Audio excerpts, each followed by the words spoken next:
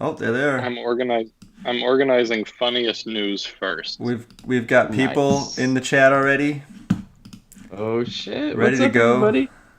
Hello. Copy link and tweet it.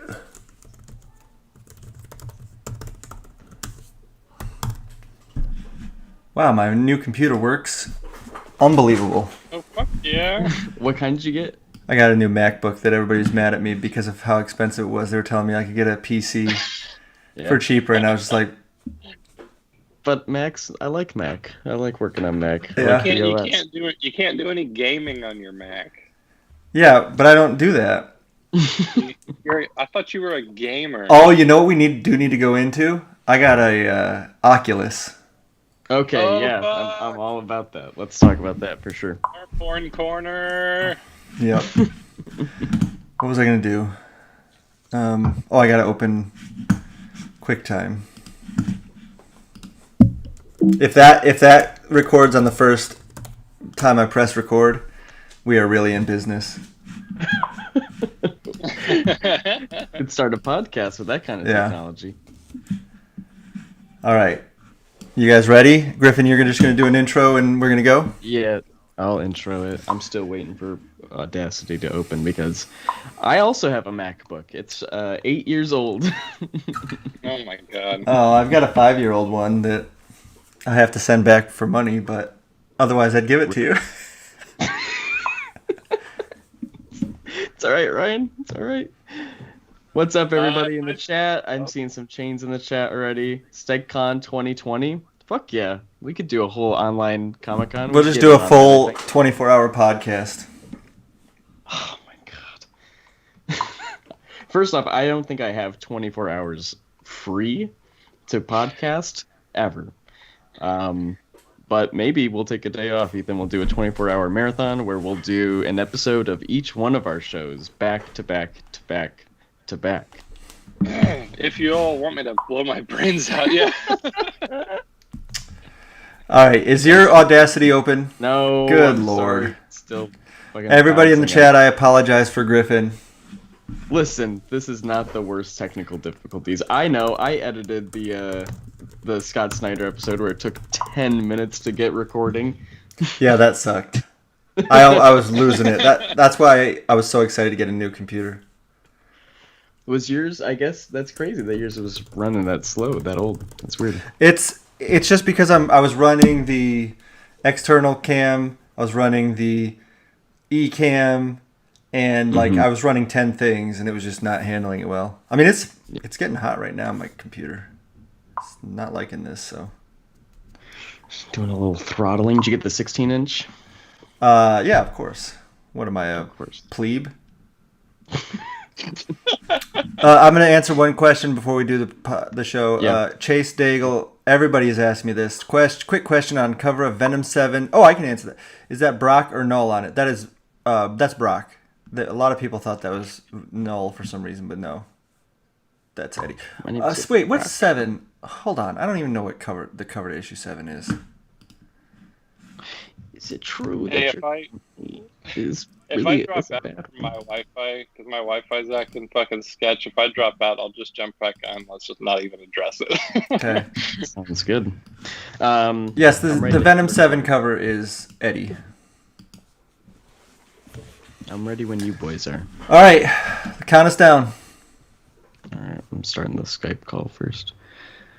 Do-do-do-do-do. Sorry, it's just been so long since I podcasted. I think I forgot how to do it. Okay.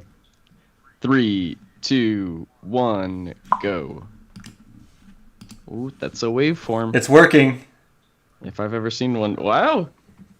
All right, Ethan, everything good on your end? Oh yeah. Oh my god. All right. Well, then, without further ado, let's begin.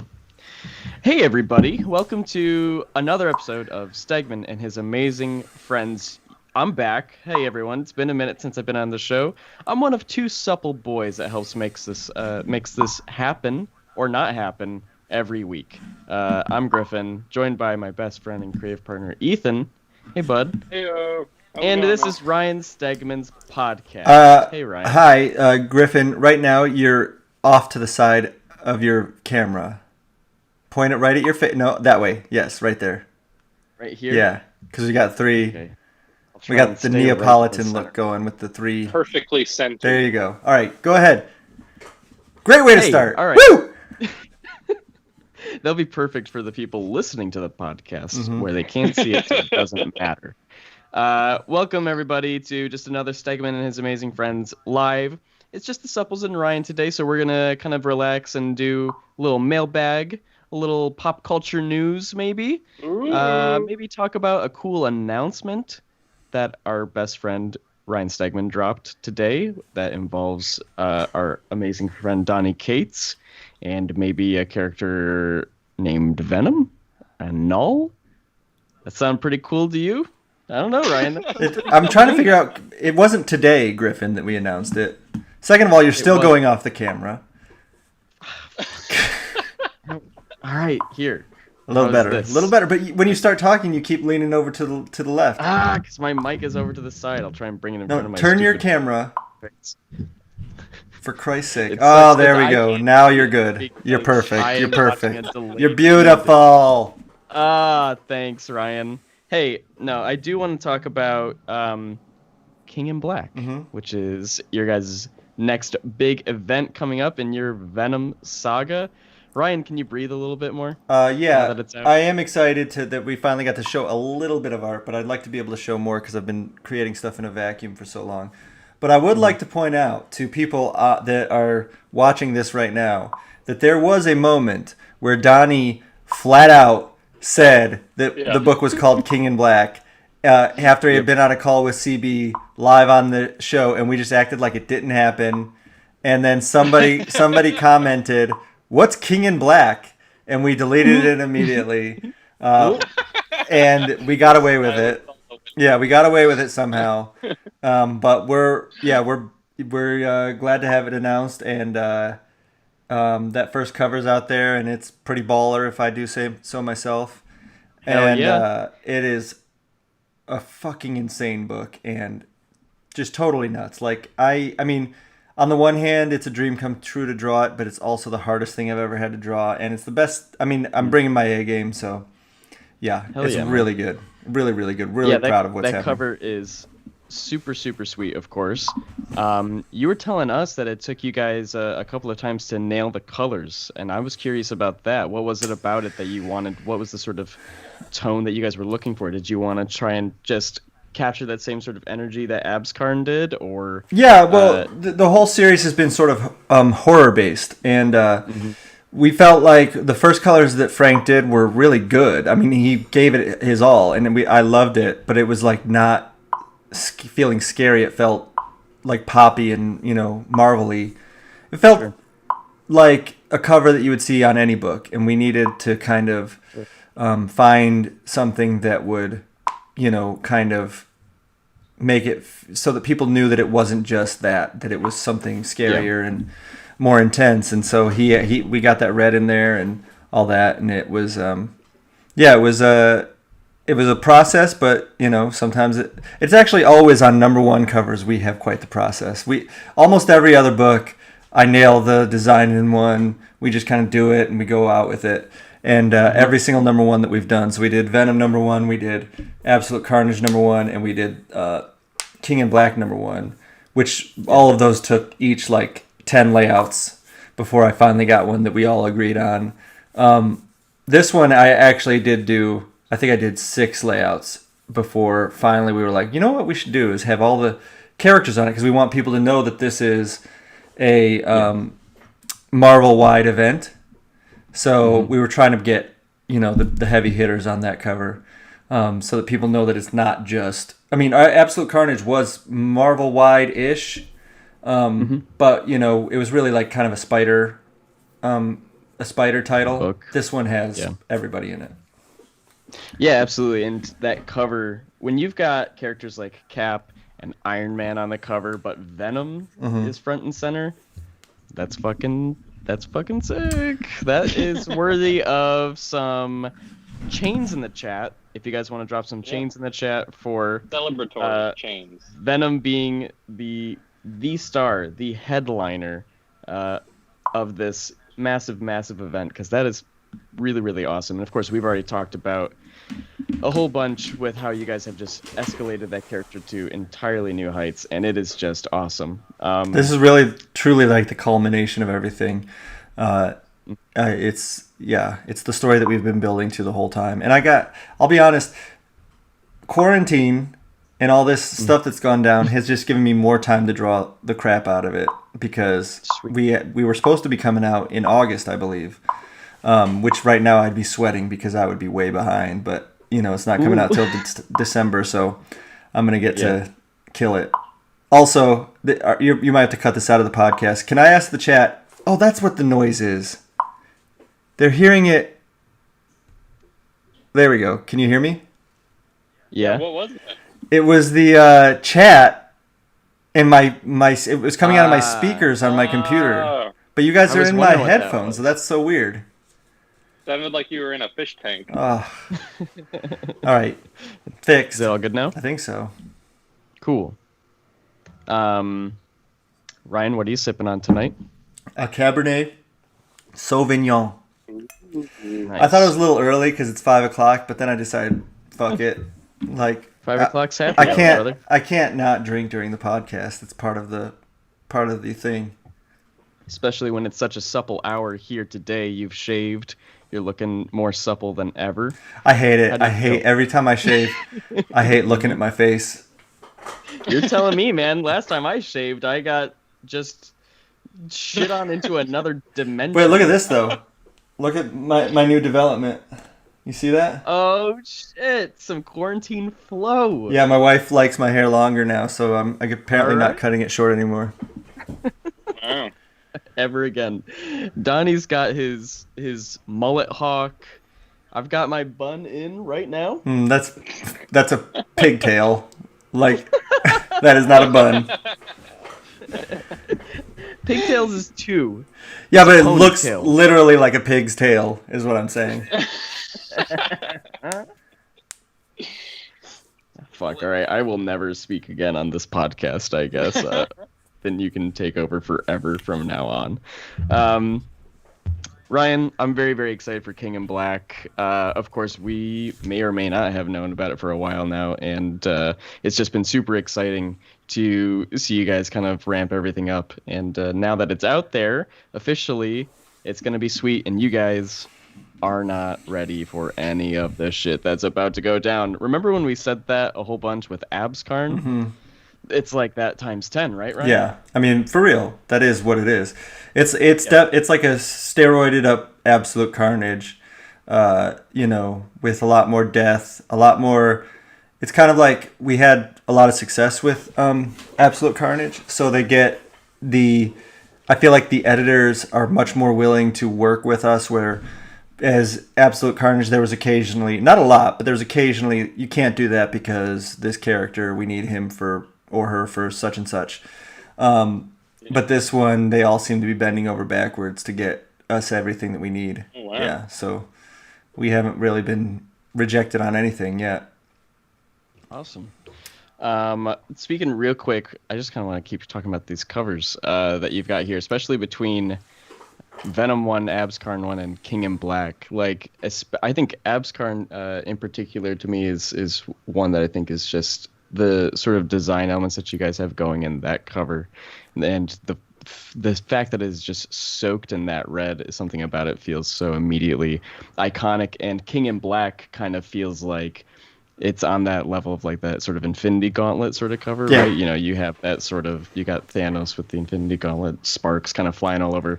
It kind of sticks out in your mind, and this one with Venom right up front and Null sort of looming over all of our heroes is very reminiscent of that sort of thing for me. Yeah, that's exactly what we were going for. We actually initially the designs we kept ending up trying to do like a triptych, so that because we had the Venom #1 cover where it's him.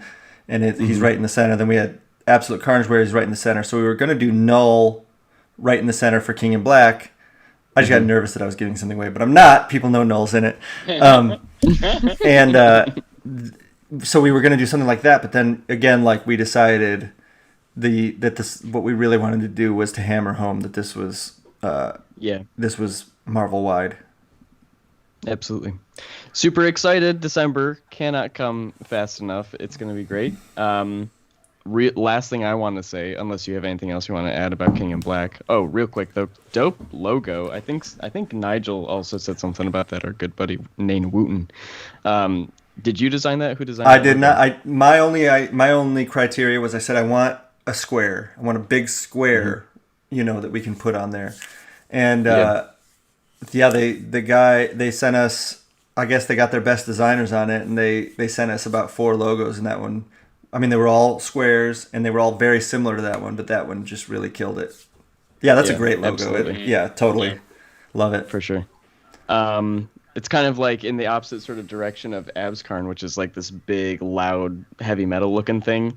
And this one still has that flavor to it, of course, in the font choice. But like you said, the design of it is so much more like clean and like stampable. I love it. That's exactly it. The stamp. That's what I want. Is we talked about that where we wanted to have something that you could put in a corner of another book to let it that it ties in. We didn't want to do Totally. You know how like Civil War had a very iconic look where they cut off half the cover and it was that giant Civil War. Yeah. Well, you know, people have tried to replicate that since then, I feel like, but we needed to find something new, I felt like. And again, the first cover that they put out, when they put out the promo image, the logo's actually going to be bigger on the main cover. That was to get the promo image out. But we want that thing big on there. And then, if somebody else, if somebody's tying into it, you get that little stamp, of totally King in Black. So yeah, very cool. Marvel put out an official video announcement for it, and I loved seeing that because one, I was like, "Oh, look at the boys! They hopped on Skype. They did it! They did it!" No, they were so impressed that we knew how to do it because we were like, "Yeah, no, we do this all the time. It's fine." They're like, "You guys like have your cameras on already? Like, how do you know how to do this?" It's paying off already. Yeah. What I did love was I was watching the video and I was like, something about it. These boys are on a leash talking about this book, and then at the very end, it's got the little blooper segment where Donnie is being Donnie, and I was like, yes, there it is. Yeah, it was after they made us. We had said a bunch of stuff, and we were getting kind of like tired of it, and so then he just started ranting. Awesome. That's awesome. We didn't think that was going to be in it. It was just a joke that he was doing. I love that they included it because you guys are such a big part of it. I feel like more than some creative teams, you guys, your personas, of course, are so attached to it and are part of the reading experience because you guys interact so much with everybody. Like that is kind of part of it, right? Is being able to reach out to you guys and listen to your awesome podcasts produced by a couple of handsome, supple boys. Somebody produces it? You wouldn't fucking know. Some would. All right, what do we want to do next? We want to do a little pop culture news? Yeah, let's do it. All right. Oh, boy. Ethan. All right, Griffin, do you play want the theme. Play the theme.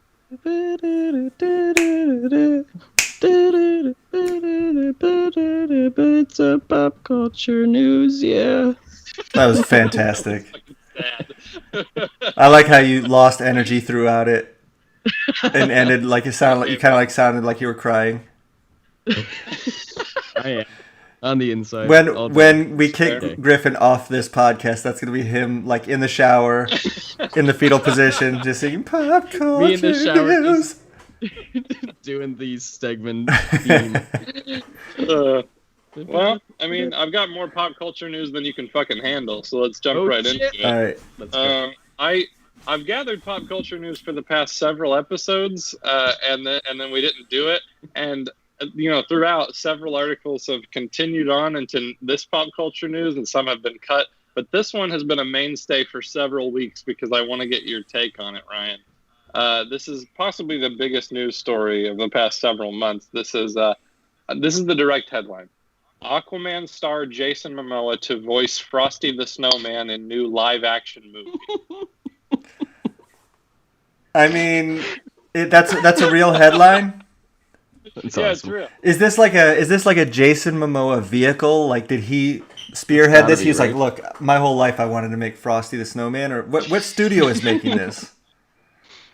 This is Warner Brothers and Stampede Ventures. Well, I've always thought of Frosty that he was built as a rotund, round being. But that's not necessarily who he is inside. Inside, he's a muscle-bound Samoan guy. Ooh. So I think that's perfect. Yeah, Absolutely. I think so too. Great job with your camera It's a right now. Live action. Right on top of your face. I love it. The Supple folks, the amazing friends, they love it. It's a live action movie, which of course makes you think photorealistic CG, but I'm really hoping that he'll be in a suit. Yeah. Wait, you said it's live action, so that's it. It's gonna be like Jack Frost. Did you ever see that movie back in the day? Well, fuck that was before you guys were born. Oh no, I'm all about Michael Keaton's Jack Frost. The dead dad comes back as a snowman. He's gotta learn his lesson after he's dead, before he goes into the afterlife, what it means to be a father. Not the and a only husband. movie that he did where he played a dead dad. Yeah. What was it, My Life What else? or something like that? Oh Where yeah. Mm-hmm. Well, it's I funny love that you Michael brought up Michael Keaton. That's our next news. I love. Uh, Wait, let me just say uh, first, I love Michael Keaton, like one of my favorite actors of all time. Yes. Go Hell ahead. yeah. You like He's the Batman best. 89? You love Yeah, Batman of course. 89. Hell yeah. Batman 89 or Batman Returns? Which one you Batman like? '89. Okay. No, Batman Returns. Returns, I don't think I've seen as many times and not as recently, so I would have to. I'll abstain from answering fully, but I love '89 so much, and I watched it recently, Okay. so it's fresh in my mind. They're fantastic. I I bought love that on Michael 4K I should- last summer. I should show that to my Watched it. kids now that you mentioned. I haven't showed them that yet. Yeah. I love the Prince soundtrack so much. Joker's It's so running weird, around, you right? see him? Prince I is the love it. best. Yeah. That's one of the problems I'm having getting my kids to watch movies right now is that they really want me to watch. I don't want them to hear me saying this. They want me to watch Sonic really bad. And so I'm keep trying to trick them. I'm like, guys, what about we watch the first Avengers movie? And they're like, well, we really want to watch Sonic. And I'm like, you know what? I can't do a movie tonight, guys. Brutal. You're like, Yeah. something just came up. Yeah. I gotta get home. But I'll catch you guys later. An episode of our very own Supple Boiz podcast, I forced Griffin to watch Sonic the Hedgehog, and he loved it. He had a really great time. Is it fine? He loved it. Okay. I mean, Jim Carrey goes for it always. No, Ryan, it's a bit. Don't fall for it. Ethan's lying directly to your face. The other thing is, so my son's seen it, and he thinks it's really funny, and so I know I'm going to be watching it with him, and he's going to be like looking at me to see if I'm laughing. So I'm going to have to fake it the entire movie. It's very concerning. Come on, man. This whole thing. Maybe- I've thought about this so much. It's ruining my life at the moment. Have a couple of glasses. Yeah. You sit down. You can get through it. Yeah. You can get through it. I'm sure I'll for be fine. I just, I want to show them cool stuff. Hell yeah. People are saying that I Well, worship at the altar of Sonic. And you're right. Jonathan Jonas, I do. Jonathan Eicher's in the chat saying how much you love it. God damn it, Ethan. All right, what's next? Michael Keaton's back. It's hard to tell at this point what exactly is rumor and what is like report and what is confirmed, but it seems quite certain that Michael Keaton will be back as Batman in the new Flash movie, possibly Ezra Miller's Flash, where Ezra Miller's Flash will somehow breach into the Tim Burton Batman world, and Michael Keaton's Batman will, I guess, mentor him in some way or guide him in some way, which sounds like Flashpoint, but apparently he's not Flashpoint Batman. He's Michael Keaton Batman, and so we're going to get a peek back into that world. So, I mean, yeah, you excited for that? Yes, that's awesome. I mean, I don't know. Yeah, I think so. I mean, Warner Brothers, in my opinion, pretty much ruins all these movies except Wonder Woman. I thought was pretty good. But the fact that he's in it, that's a step in the right direction, right? I'll give them a little credit. Apparently he'll be wearing a Kingdom Come kind of suit, maybe. Kingdom Come doesn't sound good. I have an idea that I think is 10 times more interesting. If Ezra Miller's going to pop into the Burtonverse eventually became the Schumacher verse. So I say, fuck Michael Keaton's Batman. Let's get George Clooney back. All right, podcast over. We're done. We're done here. Joel Schumacher passed away recently. I was about to Rest say, in yeah. pieces, Joel Joel Was that Schumacher. recently? Somebody mentioned that today. I didn't realize that he'd A recently. couple of weeks ago. Couple weeks, yeah. Very genuinely, he'll be missed. I like a lot of his movies, including those 2 Batman movies. Ethan, we should talk about him on Supple Boiz sometime. I agree. Yeah, I think those movies don't get enough credit for what they are. 100%. Ryan, Yeah. what are your thoughts on You guys those are 2? insane. No, No. You guys are such nerds. no. Yes, We'll you're do right, but no. our edits of those movies, and then we'll. Yeah, sure. I mean, you're gonna have to take out like all the jokes. Could you make them instead of not being Batman movies? Could you make them into Batman movies by recutting them? Actually, you know what? That is a super fun. That sounds like a super fun exercise, and I'll probably give it a shot. Yeah, I guess that. I could try and turn it into a Nolan-esque Batman movie. Just Oh turn. my Do you think that Very when, quick. not to make fun of the dead, but like he got the job, and do you think he was when Schumacher got the job? Do you think he was like, yeah, I don't know what Batman is. I just, Yeah. or he'd But seen like but one you- episode of Batman '66. He's like, yeah, I get it. That's 100% it. He's all about that campy ass Batman stuff from the '60s. I think I'm that all was about it. probably the studio too. I think the studio was probably like lighting it up a little bit, and he's like, "That's what I do." Right. I mean, I think, yeah. What's super cool, I think, about all 4 of those movies is that no matter which way you cut it, I think they've all got a super dramatic, theatrical tone to them, right? Because Burton's is very gothic and over the top in that sense. In how sort of dark and eerie it is, it feels like that. And then, of course, Schumacher's is theatrical in the totally opposite direction because it's extremely colorful and full of absurdity.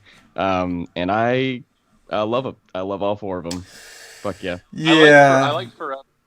I think that maybe I would have to go back and watch them for the first time when I was like 6 years old, and then That's certainly then gotta it be part of might color it a little differently. Also, Yeah. R.I.P. Ethan. Ethan's passed away. He fell asleep just Yeah, during the show. he's so still. He's so sleepy.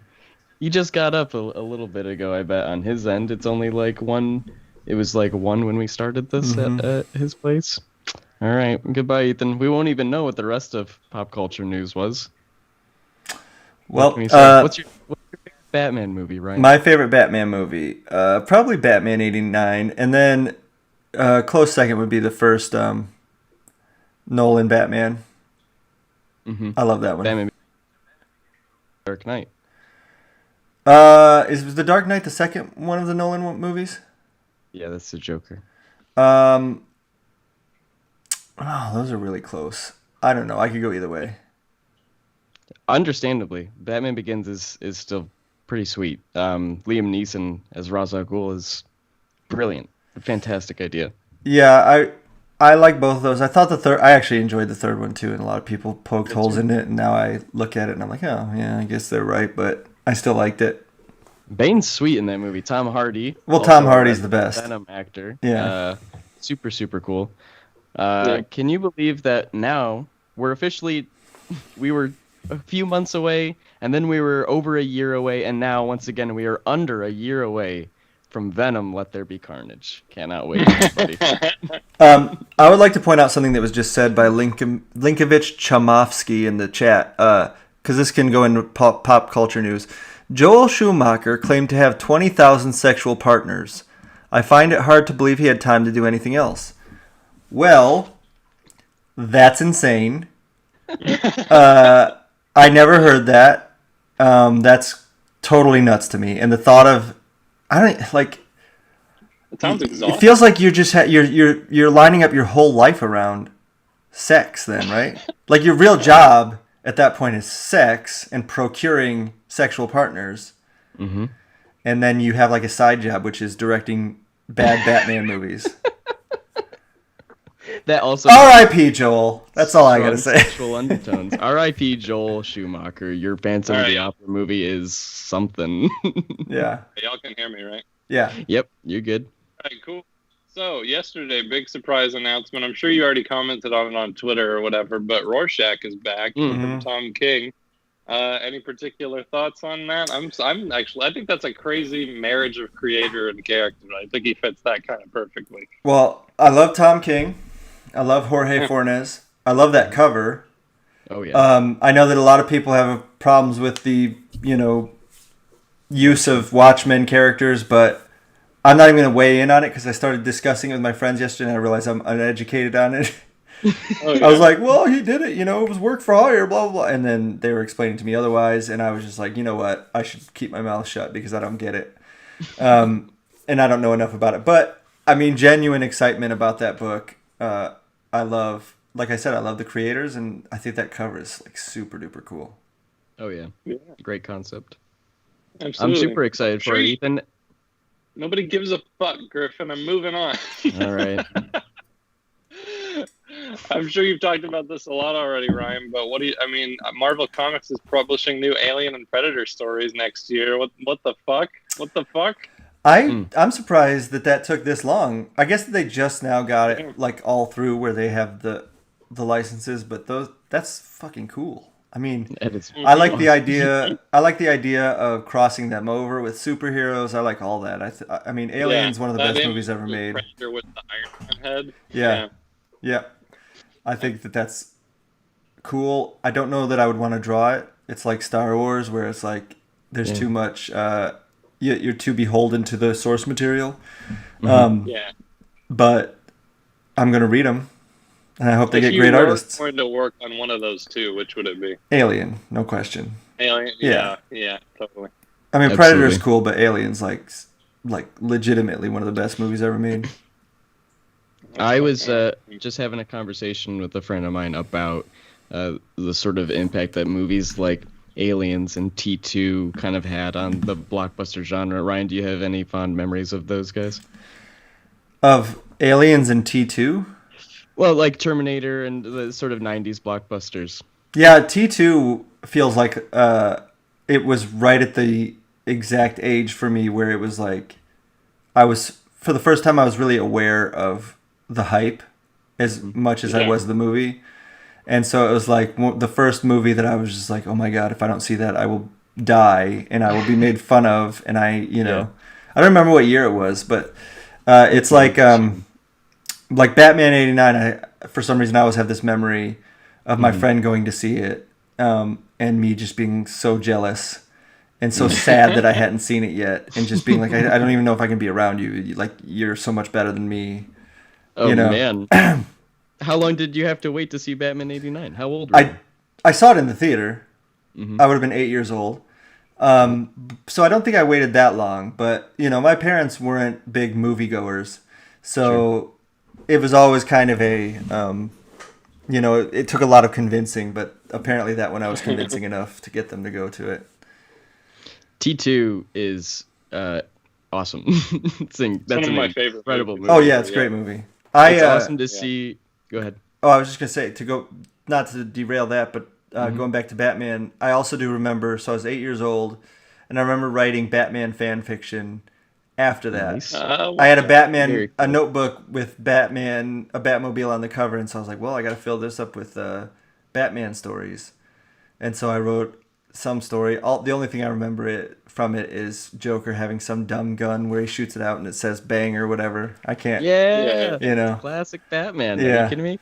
That's awesome. Really, really cool. That moment for us, I think, of course, had to be the Raimi Spider-Man movies. We came out of those and we were like, all right, well, we're writing Spider-Man stories for the rest of our lives. Yeah. I guess.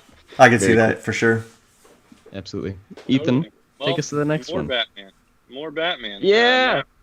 Matt Reeves is directing Robert Pattinson's Batman, and he's also working on an HBO Max TV series that's apparently a prequel to the movie about the Gotham PD. Did you hear about that? I did, and that's awesome. Who did they say somebody that's in it in the Gotham PD show? No, not yet. I don't think. They said that the guy who's playing Commissioner Gordon. Did they say that he's actually going to be in it? That was part of everything I'd read about it. Insofar as going to be in it, in that this is a show spinning off of a movie that isn't even done filming yet. Yeah, right. So, like, whatever form of production it's in, Yeah, they say that he's in it. God damn it! Now I feel like a piece of shit. Jeffrey Wright. That's his name. Okay. Yeah. Yeah, no, I think that you could do a great Gotham PD show where I don't even think that you necessarily have to have superheroes in it. I think that's a cool idea is to not show, to just like have them there in the aftermath or, It is funny to get this right after Gotham just ended. See Fox's Gotham. I did not watch that, but that looked stupid. I mean, there's some bright spots in there. I enjoy it. Okay. But yeah. What about Beavis and Butthead? You like Beavis and Butthead? Yes, again, this was, when Beavis and Butthead came out, I was in 6th or 7th grade, so it was everything to me. Yeah, oh, yeah. Yeah. Like the jokes in It's it. about to be everything to you again. It's back at Comedy Central. Well, we'll see. We'll see if it's as funny as the original. I've showed my kids clips, and it's just like, holy shit, what was I watching? Like, they're like murdering frogs, and it's a crazy show. But are they gonna have music videos in the new one, or are they gonna do full stories? Original creators on board, so it seems like it's supposed to align with what the original was. I think it could be cool for sure. I mean, it really genuinely is hilarious. It was just more extreme than I expected, and I wondered where my parents were at on that one. It's another one of those shows that when I was a kid, along with The Simpsons, I caught a little bit of it, and it creeped me the hell out. The animation is so weird, and they look so fucking bizarre.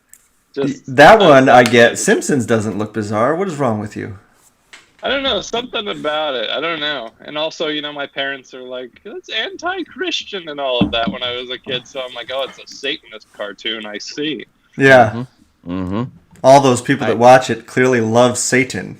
I love The Simpsons. That's a good show. And but you know what's not good is the Simpsons Park at Universal Studios. That place sucks. I went there. I thought it was fine. That I thought I liked the design of everything. I liked that you could go into they had the Quickie Mart and Moe's. I thought that was fun. But I thought that roller coaster, that like simulation coaster they had, Jesus Christ, did that like. Oh yeah. Somebody told us because beforehand that to not go on it if you get motion sick, and I was just like, all right, fine, I'm not doing that. But I mean, I liked the whole area. I liked seeing all the characters, and yeah, that's fun. I got a Duff beer, which was really just some craft brewery. Yeah, I got a Lard Lad donut and all that stuff. Yeah, that is pretty cool. I didn't stop and do any of that stuff. I was mostly preoccupied with all the Harry Potter stuff when I was there. I've only been to Universal once, and so I tried to pack it all in on that one day, and I was mostly enamored with the Harry Potter stuff. Yeah. Did you do Hagrid's ride, or were you there before Hagrid's ride? No, it was literally being built while I was there, so I missed it by just a hair. But I thought because those motion coasters, those simulator coasters, are really interesting to me because I don't love roller coasters to begin with. But the motion coasters are, I think kind of hit and miss. Sometimes they can be super fantastic, and sometimes they're just trash. But that Harry Potter one, I think, is pretty dope. It flips you upside down and stuff like that. I got so sick on it. Oh, really? Yeah. I had to close my eyes at some point because I was like, I don't know which way is up and which way is down. My equilibrium was all screwed up. That was kind of the fun part of it for me, was that I was just flying around this room and there was a bunch of Harry Potter like animatronics just coming at me, and I thought that was dope. Were you there when they had the Gringotts? I did. I've done all the Harry Potter stuff now. Yeah, it's sweet. That one I liked. Yeah, because that was like a mix of traditional stuff and the screen work, and right. I thought it was the craftsmanship that goes into those parks in particular, like the Star Wars one in Disney, is super, super neat. Somebody in the chat just asked if I've been to Cedar Point, and of course I've been to Cedar Point. You've been there, right, Griffin? I just said I don't really like roller coasters, so no, I haven't been to Cedar Point. But your Point. parents didn't just force you when you were a kid? No, it was the weirdest thing because everybody else I knew ever was going to Cedar Point, and I never went to Cedar Point. I don't know what it was because I think my older sister was old enough to go without my parents by the time I was old enough to go at all. Right. And I didn't show much interest in it, and so they just never took me. Did you You weren't alive during Boblo Island, were you? Do you even know what that is? I don't think so. No. There was an island, like I think it was near Detroit, and you would take a boat and ride out to that island, and it was a whole theme park, and it's just gone now. It's probably one of those like abandoned theme park things that people go take photos of. It's probably cool. Green Lantern's talking about Michigan's adventure. I was there last summer. Oh man, how is it holding up? It's been forever since I've been Oh, there. it still sucks. All right. Good Michigan's Lord. the state of Michigan to sponsor this podcast. Yeah. Yeah. That's hilarious. It's I'll have to take a visit there sometime. I'm pretty close to it nowadays. Ethan, any cool theme park experiences for you? You got any cool Oklahoma places that You ever suck? get a hand job on a roller coaster, Ethan? And he froze. That's a yes. The only thing that I ever remember from a theme park was getting onto one of those rides that dips you like back and forth and stuff like up in the sky. But when I was getting onto it, everybody's putting their thing on that locks them into place, and mine like stopped like halfway instead of locking into place. And I like call over to the dude that's operating, and I'm like, "Hey, my thing's not," and he just doesn't, and he just starts his thing, and and so like it's like dipping me to the ground, and I'm like leaning way farther forward than anyone else, just looking down at the concrete. And I thought for sure I was gonna die, but somehow I just like held on tightly enough. I swear to God that happened. That sounds fake. I swear to God that happened.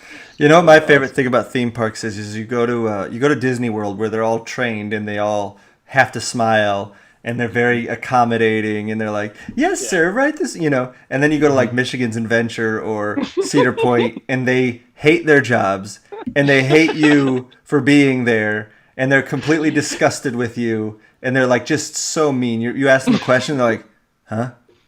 Like he said, like, "Hey, is this supposed to be like this?" They'll just be like, "Oh, whatever." Yeah, not my problem. I'm not the one getting sued. That's hilarious and 100% right. Goodbye, Ethan. Once again, that's that Alaskan internet, folks. What can we say? It's we got to get him back on in the continental U.S. That'd be nice. I keep telling him to do it, and I know he wants to, and eventually it will happen. John Eicher asked in the chat if we had seen Superman building a computer from scratch yet. You see that video of I did. Muscles? Yeah, he looked great. Looked exactly like I do when I put my MacBook Pro together. When you took it out of the box and turned it on. Yeah. You should have gotten a GoPro, slapped it on your forehead, and just done a whole unboxing video for us. Hell yeah. I hope that the YouTube stream has this shot of Ethan there just looking like a total... Does. I'm looking at it right now on my phone. There he is. He's stoned as hell. He's got his chain on, but he'll be back in here just 1 second. Actually, speaking about theme parks, weird theme park detour here. That was pretty much the last cool thing I got to do before the world ended, was go down to Disney in January. So it got out of the cold for just a little bit. It still wasn't great there. It was like 60 and overcast, but it was certainly better than 30 and snowy over here. So did you get a hand job? I didn't get a hand job. Okay. And that's all I have to report Fair. about that. That's fine. Which, no shame in not getting a hand job at Disney World. Yeah, it wasn't on my list mostly. Like I wasn't really prepped for it. If that had kind of been part of the schedule from the jump, maybe we could have made it happen. But not this time. Okay, not even from yourself. Not even from myself. And I was in the middle of Star Wars world. I was on the Millennium Falcon. I was like, so you were erect the entire time. 100%. I gotta stop. I want to make Star Wars stuff one day. I gotta stop. Sorry. It's okay. That's the Cabernet talking. All right. We got a handful of news, and they're all kind of on the level of Magic School Bus, so let's buzz through these. So, Tron 3 is back on track, apparently, with Jared Leto attached to star. You like... Do I like Tron? Is what he was going to ask. Yes. Do you like Tron, Ryan? Not a lot. Okay. I'm fine with Tron. I think I love Tron. there he is. I also am currently out on Jared Leto, even though I like him in a lot of stuff. He's my wife's big crush, so that kind of like knocks him down a few points for me. And his Joker really just he's got a lot of splaining to do. Morbius, though. Morbius. I'm very excited. Michael Keaton, he's back. He's in Morbius. Yeah, that's true. Holy shit. And That he is so who's he exciting. playing in Morbius? The same. He's the Vulture from Oh, Spider-Man: okay. Homecoming. Yeah, that's right. They got in. That's I'm so excited. fucking He should play Birdman in there instead. That'd be dope too. I love that movie. Mm-hmm. What was the ending, Griffin? Can you explain it? Where he flies away. Yeah. And but did he fly away or did he kill himself? Either way, maybe he's free. Okay, great answer. You clearly went to film school. He studied film. I don't know if you guys have heard, but Sonic, I love it. I love Sonic the film. I love the idea. I'm glad. I haven't heard it, but I'm glad that I didn't hear you like film school explaining Sonic to your podcast. Ethan, would you say I film school Thank explained you. Sonic on the show? Yeah, it's fucking unbearable. We got a lot Yeah. of fan mail about it. What Like, can I say? just Ethan on the podcast from now on, no matter how many times his internet drops out. Supple Boy is the new name Yeah. of the show. I've been refilled. Mm. Oh, shit. I still Well, just got Ryan, we got my. a trailer and box art for Spider-Man Miles Morales on the PlayStation 5. Nope. It's pretty exciting. I don't know if you saw that trailer. Yes, of course I did, and I don't know that I'm going to be buying a PlayStation 5 yet, Mm-hmm. but I probably will once I see that game. It's just like when I saw the Spider-Man game for PS4, I was like, well, now I have to have a PS4. Yeah. But I have too many video game systems going. I have kids that are too obsessed with video games, so I feel like every time I buy a new system, I feel like I buy the system for myself and they immediately commandeer it from me. That's something I wanted to talk about. I bought an Oculus Quest. Yes. Yeah. Have you guys done VR stuff? Yeah. I've only been able to do some really light stuff with like the Samsung Gear VR thing, like just the little headset you stick your phone in, and even that was like that was fun. It's unbelievable. I will say I was playing a game yesterday. I punched the ceiling and jumped because my basement ceiling's fairly low. I hit my face into the ceiling Oh, because I was trying to punch somebody in a boxing game. But I love it. It's really cool. I do a lot of exercising on it, honestly. interesting. But yeah, I had no idea about depth. I always thought this is so stupid. I mean, I'm a moron. Okay, I can admit that. Right? But I always thought that VR would just be you put on the helmet and it basically is a screen that wraps enough to where when you move your head, you're just seeing things on a screen. I was like, how hard can that be to make? Why is everybody making a big deal about these things? And then my friend got one. He's like, you got to get one. You don't know what's coming. So I was just like, you know what? I'll get one. And yeah, I had no idea that I didn't know you were gonna feel like you were like in a world. Yeah. So much so that you get confused sometimes, and you're like you forget and smash your face into the ceiling or punch the ceiling. It's like the depth. It's the depth that's really shocking. The first thing I did was the Batman VR, and it like starts you on a rooftop, and like it looks like you're looking off of a rooftop. Like it's like crazy. Oh, That's awesome. yeah, this one has a game called Richie's Plank Experience where you're just the whole game. It's not even a game, it's just a plank on top of a building, and you have to walk to the edge of the plank, and if you want to, you can jump off. And it is. You would think that you're like, it's a video game. Of course I can walk off the edge. And you get on it and you're like, I can't do it. I cannot do this. I can't do it. And then when you do fall and you hit the ground, there's like a jolt that you feel like, oh my God, because it just like goes black. Yeah. And it's Oh my terrifying. goodness. So That's anyway, crazy. you guys need to get one. Yeah. How much did that run you, Ryan? Well, all right, listen. I will give you $4 towards it. All right, well that'll help. Yeah, I'll stack I it up pledge on my- $4 towards your Oculus Quest. Now, is that just for me, or is that split between me and Ethan? It's 3 to you, 1 to Ethan. Okay, I can work. Because with that, Ethan yeah. seems like I kind of think Ethan might have some like rich family members or something that can get it for him. hiding in my Yeah. closet there. I mean, look at that gold Yeah. chain he's wearing. Let me write a letter to Daddy Dearest, and he'll buy one for me. I found myself bored. Daddy,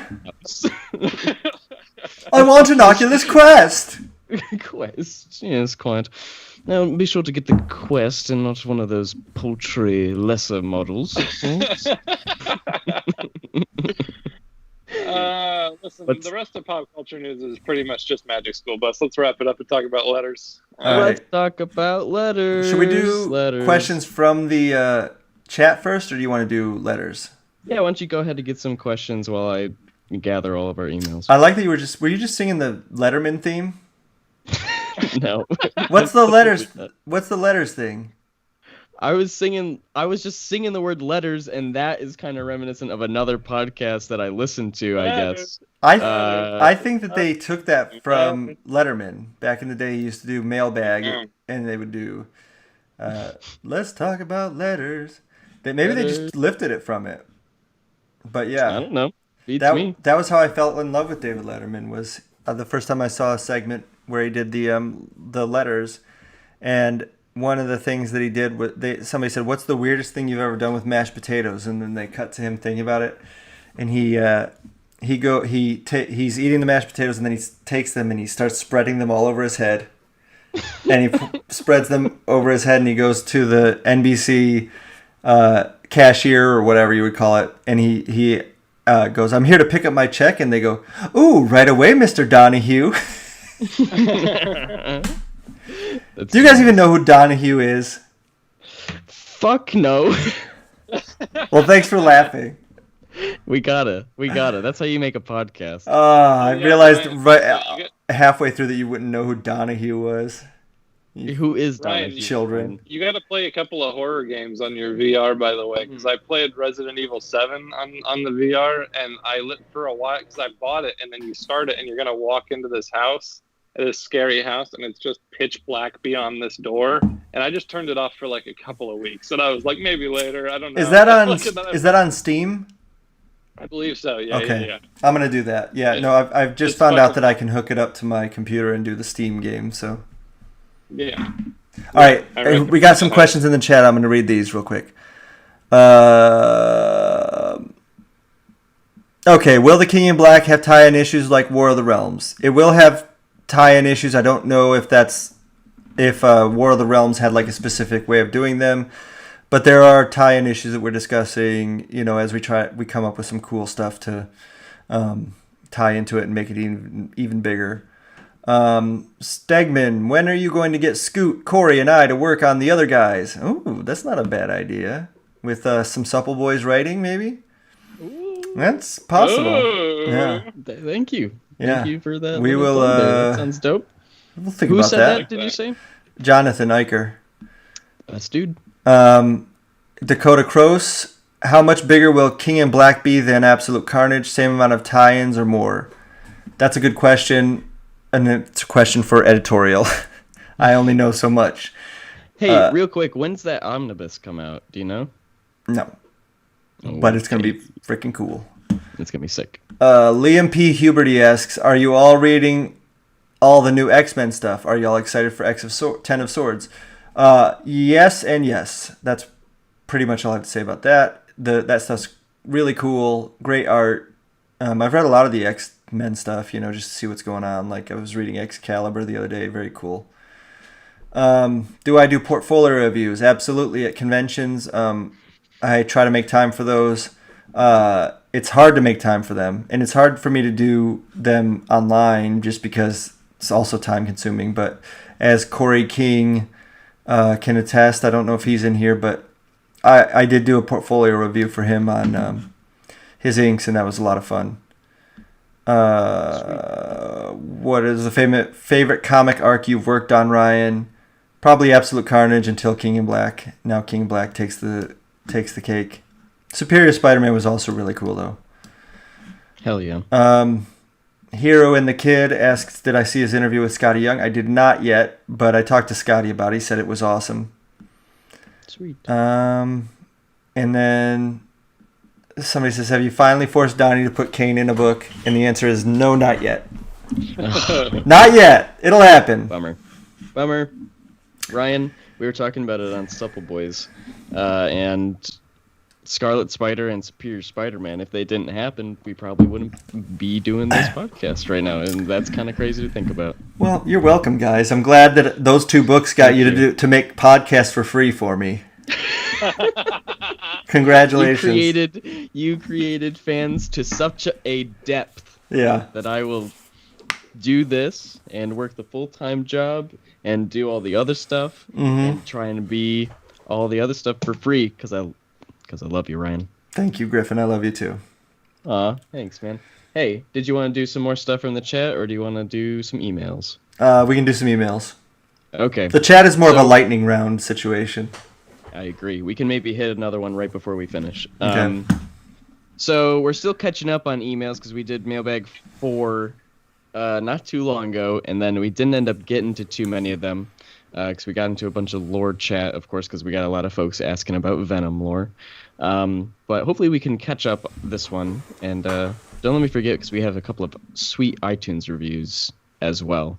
Do I call it iTunes still? Do I call it Apple Podcasts? I don't know. But one of them. This is from our good friend Christopher Chautier-Joc. May 13th wrote, Dear Amazing Friends, thank you for the creative live sessions. He's talking about other kids, previously bad kids, for those of you that may not remember.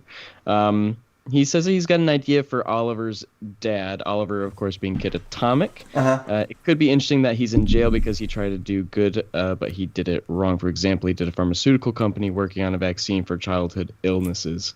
I know last time we were talking about not being able to take ideas in the form of an email for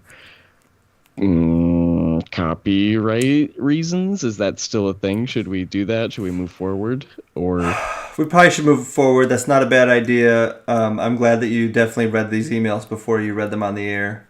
Yep, me too.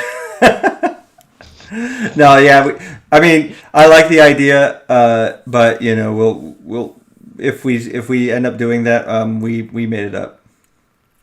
You'll be thanked in the back of the book or wherever we put those thank yous that we were talking about. Hey, Wallflowers credit Tyler Jennis writing in because he gave us a dope idea, and this is him hitting us up saying that he gave us a dope idea. Thanks, Tyler. I appreciate that. I think he's in the chat right now. Tyler never misses. We love you, Tyler.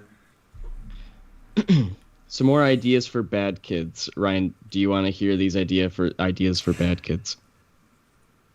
No, I don't think we should. I think that's a sticky situation. We gotta keep it on the live streams, folks. Right. We apologize. Hey, Scoot, look at this email you sent us. Scoot Starnes is here with just a small thank you. He says, hey guys, just wanted to take a second out of my day. I'm at my quote real job right now to say how awesome the podcast is and continues to be. Not only does it provide entertainment, but for someone like me who has a goal/dream that they want to achieve in this field we all love so much, it is a constant motivator. On those days where work just kills me, particularly in these tougher times, and I get home and just want to pass out, there always seems to be some sign for me to push through the hardships and get to work, oftentimes in the form of this podcast. As I've mentioned in the past, my brother Brad and I have worked together, creating for a long time. But one day, I assume it's probably an autocorrect. One day the show is open. Oh, one door the show is open. It's true. I'm just shitty at reading emails. One door the show is open for us is the opportunity to collaborate with fellow creators to make something awesome. Through the Steg-Man and Friends Discord. Hey, follow us at Steg-Man Show 1 at the server. Yeah, something like that. I don't know. I've totally neglected it. I feel terrible. You gotta put a link out or something. We'll do another one soon. A random meeting between John Iker, who we all know does amazing work, absolutely, and myself happened. Since then, he has gone on to color a number of my drawings, and he is now part of our creative team on the book we are working on, along with inker Matt Seaborn. All those guys that you just listed, including yourself, Scoot, extremely talented. I love seeing your stuff in my timeline. So for me, this podcast has been much more Oh, than a show for entertainment. I may have purposes. done the review for Matt Seaborn. I get those two confused because they're inkers. But go ahead. For me, this podcast has been much more than a show for entertainment purposes. Thanks for giving us aspiring creators a place to find like-minded people to collaborate with, and also for being a constant motivator when it's needed most. Keep up the awesome work, guys. Stay amazing, friends. I got you, Ethan. Yeah.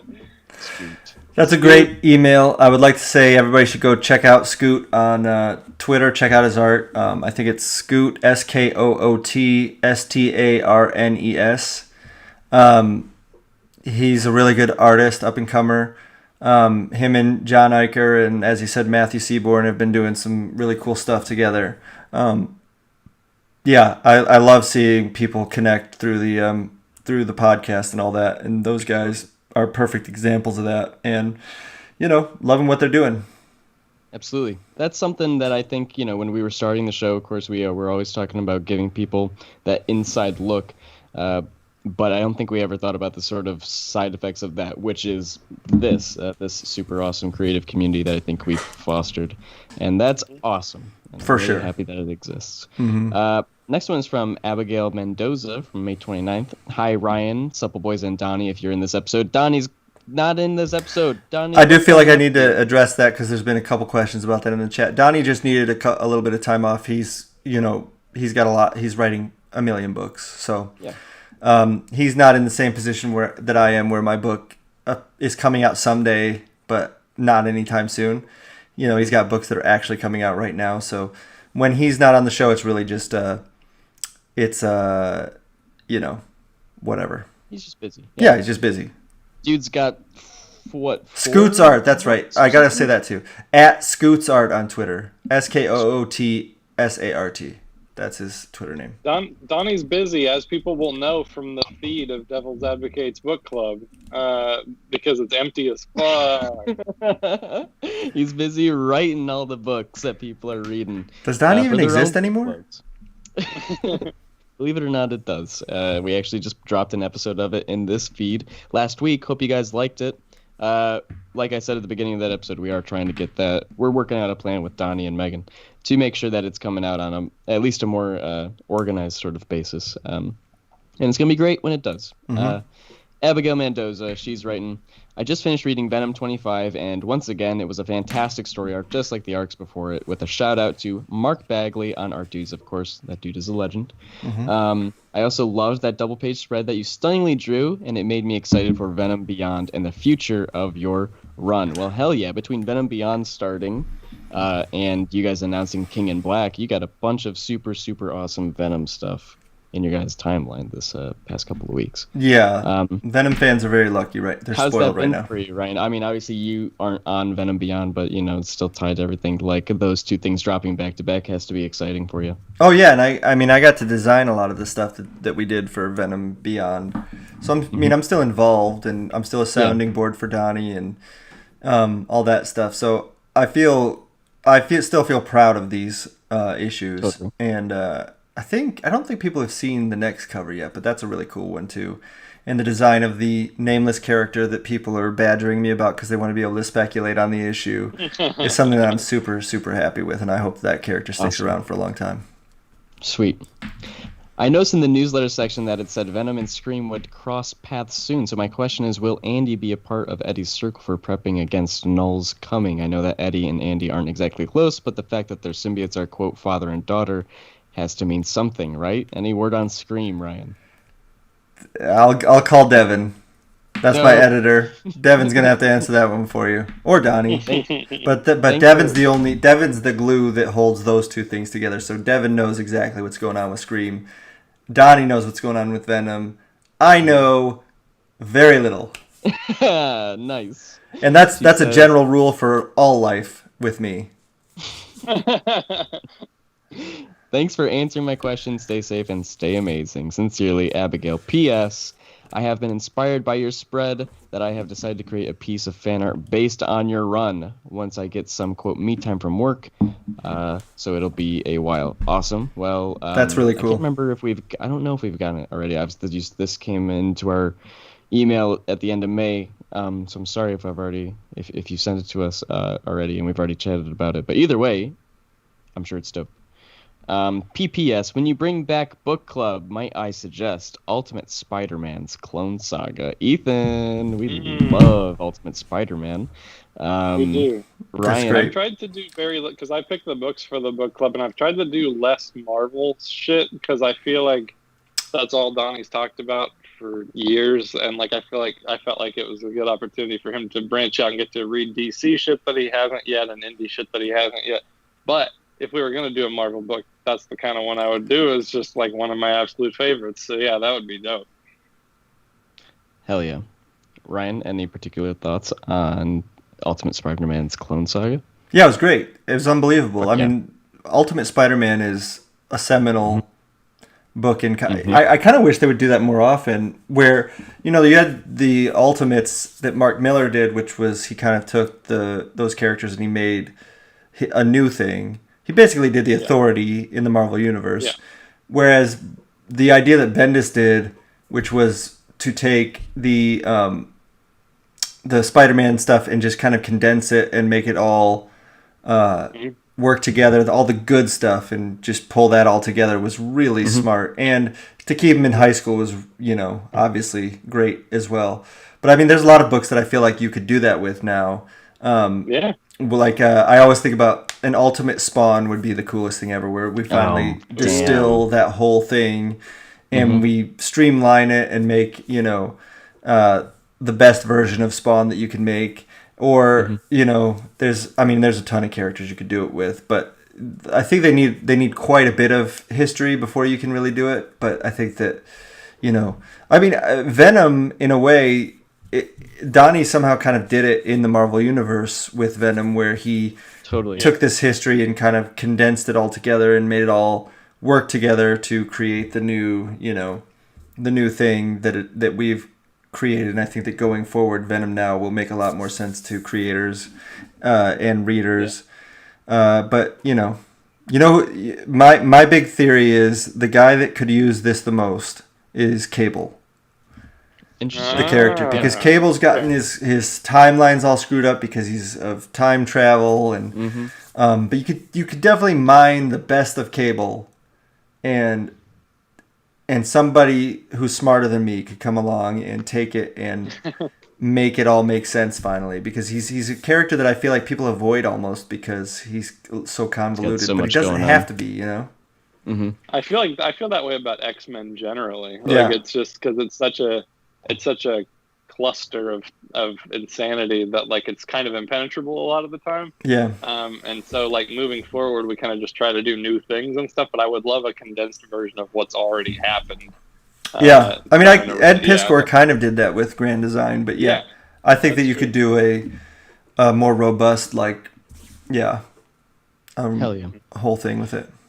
Hey, vaguely in the realm of Spider-Man, I didn't get to be on our awesome episode with Scott Snyder because I was getting a tattoo, and I got a Spider-Man tattoo, and I'll show you guys in the chat right now because I know we got some fans that have been looking forward to seeing it. See it. So I got it right there. That you can't really tell on here, but it's the last panel of Amazing Fantasy 15. That's the Great Power, Great Responsibility panel. And I love that because great power, great responsibility. Dope. Did you have it changed to Great Man Bun, Great Responsibility? I thought about it, and then I was talking it over with the artist, and she was like, I think you might come up as kind of an idiot. And I was like, she was right. She was right. You know what? She nailed it. Yeah, and I didn't want to touch Stan's words. I didn't want to mess with that. Right. I love the second half of it is along the lines of, and so another hero is added to the roster of those that make the world of fantasy the most exciting one of all. And we were talking about this a little bit on Supple Boiz, how that's like Stan being like, I just fucking did it again. Fuck yeah. I wonder about that sometimes when I think about Stan Lee, like those moments, because he was moving at such breakneck speed. Of course. Do you think that he wrote that, like, how you write a college paper, and every once in a while you get a good grade on it, and you're like, oh, I really just I every once in a while I'd write a paper in college where the teacher would like pull me aside and be like, that was a really great paper. Like, you know, blah, blah. And I'm like, I don't know what I wrote. Like, it was like a fever dream. I had to get it done. You know? 100%. Like, I feel like he must have had those moments. And I want to know, like, what moments we think are great that he was just like, yeah, I don't remember. You know, like, I wrote 12 scripts that day. Yeah. But that's Stan, right? Is that even though he's like just flying through these things, and of course some are much better than others, but no matter what, he's got that sort of showmanship that was, I think, needed to get comics to kickstart everything that we're at now. Is to kind of be no question. And it's fucking awesome, right? Yeah. Yeah, he had the personality to do that. I mean, that's really he was a force of personality and a great writer. But 100%. Are you kidding me? Yeah. And of course the artist that he co-created all these characters with, of course, are just as gotta thank them just as much, of course. And here we are today. I got so much Spider-Man shit in my room.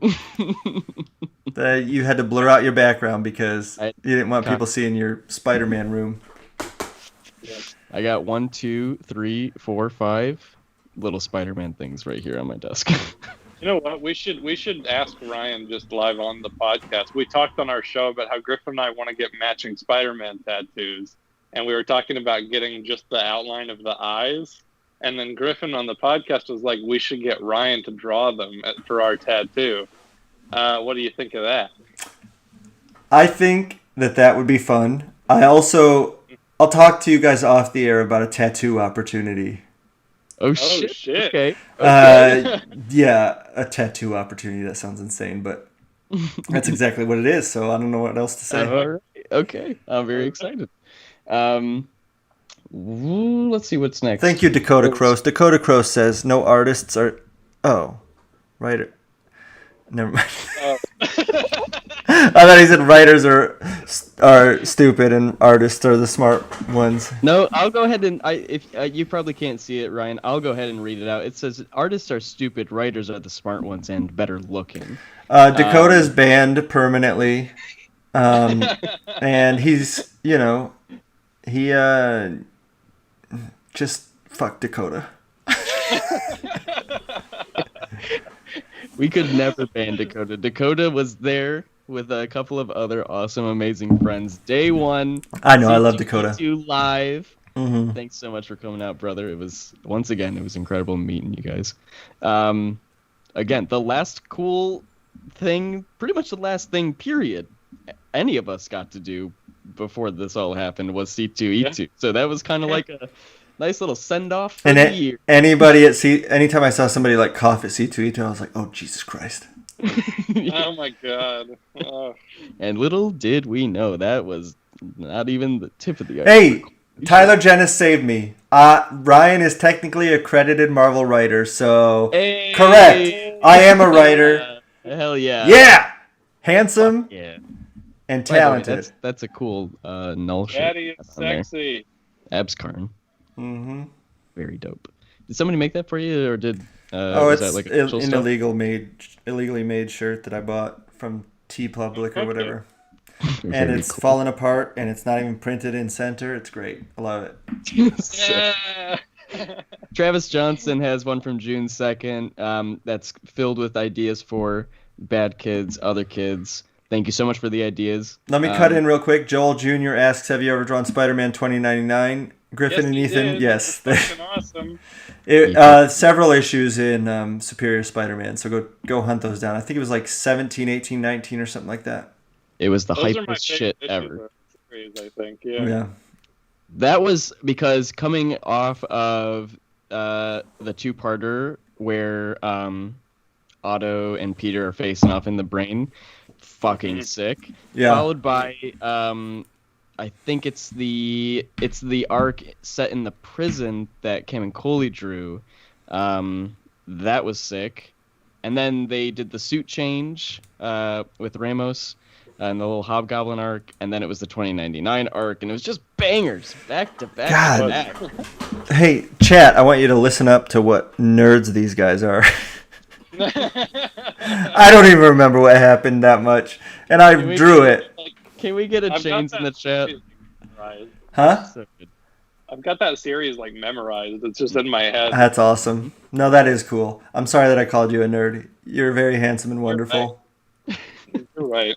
Ryan, you have no idea how excited I was going. It's probably one of the earliest moments of like being like genuinely excited for like a comic release, because of course I loved comics up before that point, but like excited about a new number one, like to the point of like it felt like a movie and everything. Right, like that going down to the store to pick up Superior number one was 100% that moment. And you and Slot destroy it on that issue, and that reveal at the end of Ghost Peter, I fucking love it so much. I still can't believe that I was allowed to do that. Like, That's crazy. what was I, like 29?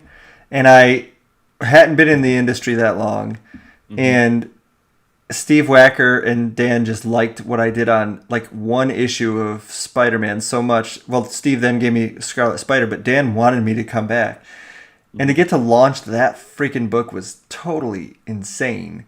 And I mean, honestly, Umberto should have launched it. I think that, they were just kind of like riding a wave at the moment. And Umberto did get to relaunch Amazing Spider-Man at number one, so he got, his thing too. But I can't believe they let me do that. Honestly, it was a bad decision, and they should have. That's what I'm saying is Umberto should have done it. I wasn't ready yet, but I think that I conveyed it enough to where, just looking back, I think I did a really great cover for number one. I'm proud of that, and I'm proud of that series, but. Boy, was I in over my head. Nah, but you came out on top because it was awesome. And it did what your art continues to do today, and that is inspire us, Ryan. Thank you. Bravo. That's so sweet. Travis, he's got an email. I'm gonna read the couple of bits here that don't have the Bad Kid stuff in it. It says, I just binged your creative session episodes. I have an hour commute to my job. At first I thought these would be a dredge to listen to until I listened to them. Hey, again, that's usually with the things me and Ethan are working on. I feel like that's a lot of the reaction to it. Ugh. And then they give it a listen and they're like, all right, yeah. I got it. Yeah, okay, sure. These he says, wow, just wow. These episodes where you show us, with your voices, of course, how you create a comic universe are great, helpful, informative, and they really generate creative ideas. Awesome. Thank you so much, dude.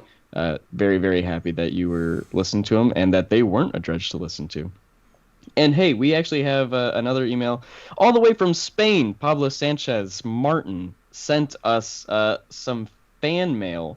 It's not going to be able to come across too well on the stream here, but I can try and post it later if Pablo would like. You can't see it. It's blurry because I've got that blur effect on my thing. Ryan, they're awesome, and you got to check them out on the email if you hop on there, or I'll forward them to you. Yeah, forward them. I don't even know how to get on the email. I will forward them to you. You got some dope Bad Kids fan art. We'll go ahead and put this out on the Twitter if it's okay with you, Pablo. Says, as a fan of the Venom Boys and the podcast, I wanted to share a couple of fan arts I did while listening to the show just for fun. I hope you all are doing okay, and I hope Donnie gets better. Donnie's doing well. He's got a new puppy. Bats is probably doing great, I bet. And everything's great. Thanks so much. Last 3 emails here, and then we'll be caught up. Congrats, everybody. Dylan Ray, thoughts on the creative sessions. Supple Boiz, hello Supple Boiz, and / or Ryan, and / or Donnie, but probably Supple Boiz. Hey, what's up? We're the Supple Boiz. I just got done catching up on the creative sessions, and I think they are pretty dope. Looking forward to tuning in live if I'm able to. As far as I know, I think Donnie is liking the other kids. Yep. And then he's got some ideas about the title based on the definition of words like adolescence. Are we settled on other kids? Is that what we picked? I don't know. Sure. Yeah. He says he also likes adolescence or the adolescence. Also, it would be criminal to not put a comic relief character in the book, janitor or something, resembling Chip Zdarsky, the scum of the earth, to be the absolute worst. Anyway, just my 2 cents. Y'all are knocking it out of the park, so keep up the great work. Looking forward to the next episode. Best, Dylan. Thanks so much, Dylan. we'll have another creative sessions series somewhere down the line. Of course, we've already teased Sawed Off Shogun. That'll be the next one whenever we get around to doing that. It'll be super exciting. Matthew Mulkey, I'm so sorry if I'm butchering your name, brother. Dear Steg-Man and his amazing friends, my name is Matthew, and I've been a fan of the show since last year. During that time, I've become a big fan of Donny Cates along with Ryan Steg-Man, and love what they've done with Venom. I'm an aspiring comic book writer, and either Donny Cates or Ryan Steg-Man can answer this question. How do you go about partnering up with an artist when you're a first-time writer? I hope I worded that correctly. Sorry for the long email, and keep on rocking. Sincerely, Matthew. Okay, we're going to make this the last one because it's kind of a long answer, and we've been going on for a while. Sure. So what I would say, and what worked to get me to draw people's scripts early on, is to have a full pitch. So the most important thing is to have the pitch written out. You can look at, I think I told you guys this too. Jim Zub has a really great website. I think it's just jimzub.com, where he shows his pitches. And that really will show you the format that you need to have the pitch in. And then you need to write the full first issue script. If you do that, you're going to be head and shoulders above everybody else that's trying to do what you're trying to do. Because as an artist back in the day, when I would post my stuff online, people would approach me all the time and they'd say, I've got this great idea. It's this and this and this. And it's, it wasn't very focused. And then, if you would be interested in drawing it, I will write it. And I would be like, well, you should have already written it. You don't need me. Yeah. Like I didn't. It really rang to me as people who thought, if I get this artist on board, then I'll go write it. And then you don't have any idea. And I don't know. I can't say I'm going to do something if I haven't read the writing. So the first book I ever did was called Midnight Kiss. And it was with Tony Lee. Mm-hmm. Yeah. And the way that he approached was essentially, hey, I'm looking for an artist for this project. Here's what it's about. And it was very focused. He clearly knew what he was talking about with it. And here's the first issue script. And I read that and I was just like, okay, this is actually a professionally written script. This is professional. I know exactly what I'm getting into, and I'll do this because this is much more than almost any other writer who's approached me has been able to provide. So right. That's my advice: is to not tie your idea to the artist first. If you're in an early stage. That's something that you can do, like Donnie and I can do that now, where we're like, I have this idea. Would you be interested in this one? Mm-hmm. And then I know Donnie's good for it because he's a professional who does this all the time. But for somebody who's starting out, it is about doing the script, doing the pitch, showing that you're more professional than everybody else, and then going from there. I mean, honestly, early in my career, I would charge like $40 a page. So that I would, because I wanted to know that they were serious. But there's definitely times where, like if Tony when we did Midnight Kiss was like, no, I can't pay, I think I still would have done it because I was like, this is good, and it has a publisher and it has a pitch, so this is a professional thing. Mm-hmm. So basically, there you go. Awesome. Yeah, well, that'll wrap up emails. I do have 3 brief Apple reviews. Do you want to do those, or do you want to skip them? We're at an hour and 20 minutes. We usually go. Let's do one. Let's do one. You want to do one? All right. Well, I am going to play favorites just a little bit here because I know one of them, this most recent one from May 29th, is from our friend Nigel, as he's signed it here. And so I'm going to read that one because the dude's the best. He says, opposite of a poo cast, and I agree. These guys, they got the goods. The best Venom-related podcast that sometimes talks about Venom. The legal takeover saga starring Chip Zdarsky and Charles Soule was hilarious, but I'm glad that the show is back in the right hands. The loving hands of Ryan Steg-Man. The sometimes punctual show will make you laugh for hours on end. Even though Donny Cates is wrong about the Beatles and the Rolling Stones, I'll keep listening. And hopefully we'll have this podcast around long enough to see these supple boys become supple men. Griff and Ethan are the real stars. Yeah, I said it.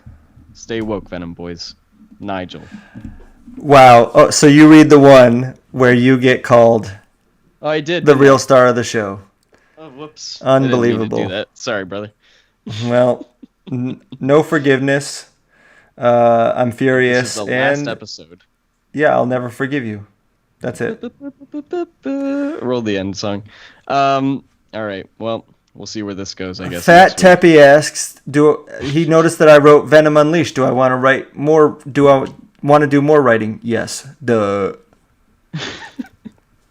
Yeah, no, I have talked to plenty of editors. That's on the docket. I need to get some time to put a pitch together, but absolutely, I will be writing more. Super excited for it, Ryan. But until next episode, this will be it for right now.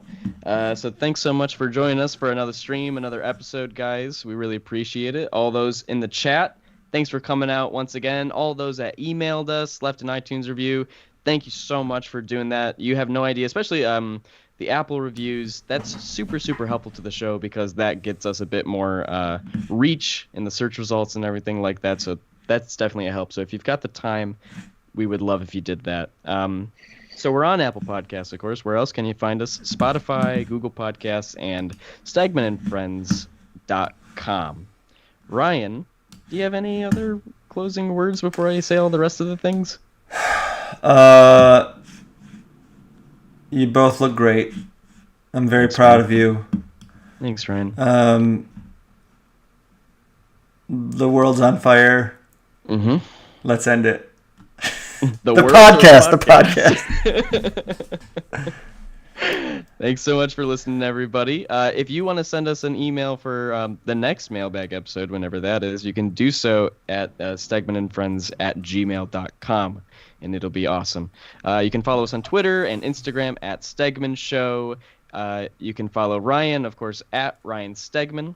We're the Supple Boys, me and Ethan here. You can follow us at Griff Sheridan, that's me, and at Tales to Astonish, Ethan, and then, of course, at Supple Boiz, where you can stay up to date on all the stuff that we are working on, including our other podcast that's part of the Amazing Friends Podcast Network, the titular show, Supple Boiz there. And it's pretty good. I think it's all right. Ethan? Yeah. Yeah, I like it. We also have another show, Devil's Advocates Book Club. It's been a second since we've been able to do an episode, but like we've said, we're hoping to do one soon. I know Donnie talked about it right here on the show. We want to talk about The Matrix, the 3 Matrix films, the Animatrix, and then some of the comics stuff that they put out. We want to talk about all that stuff in an episode, so that'll be cool. Stay tuned for that. Stay tuned for whatever's coming up. Ryan, we are inching ever closer to the 50th episode of your podcast. How do you feel about that? Is that the next episode? I think technically, like upload number wise, that'll be the next episode. I don't care. Okay, yeah.